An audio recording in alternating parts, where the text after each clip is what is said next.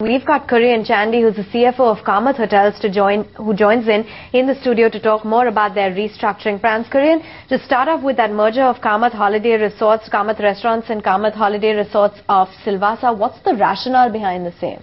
Ma'am, these are all profit-making units which were held by the promoter group, and as a matter of better governance, we are getting all the profit-making units which has zero debt into the Kamat Hotels, the listed entity.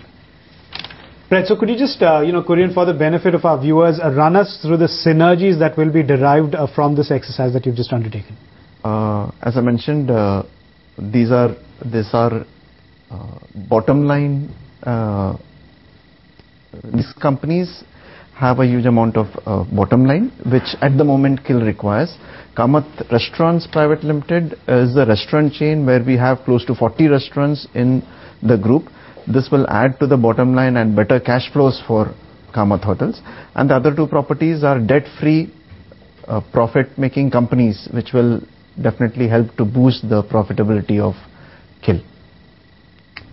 Sure, and you also had that recent news of Clearwater Capital making that open offer to buy 26% stake at a price of 135.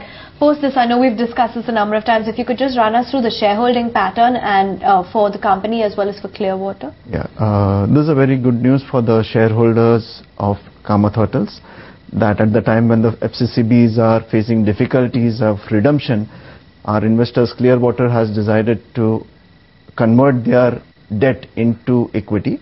With this conversion, Clearwater will hold 32% of the Kamat Hotels shares. This is a pre-merger situation, and the promoters would be at 51%. Post-merger, which has already been approved by the High Court, the Clearwater will hold 28%, and the promoters would hold 58% of the shares. All right, and just shifting away from that, the merger exercise, if you could just take us through what occupancies have looked like, and have you seen a pickup in revenues on account of the rupee depreciation and on account of foreign tourist inflows? We have seen an appreciation on account of better occupancy and better realization. So ARRs have increased. Also, the occupancy has increased by at least 10%. So that's a very good. So what's average occupancy at running in excess of 80%?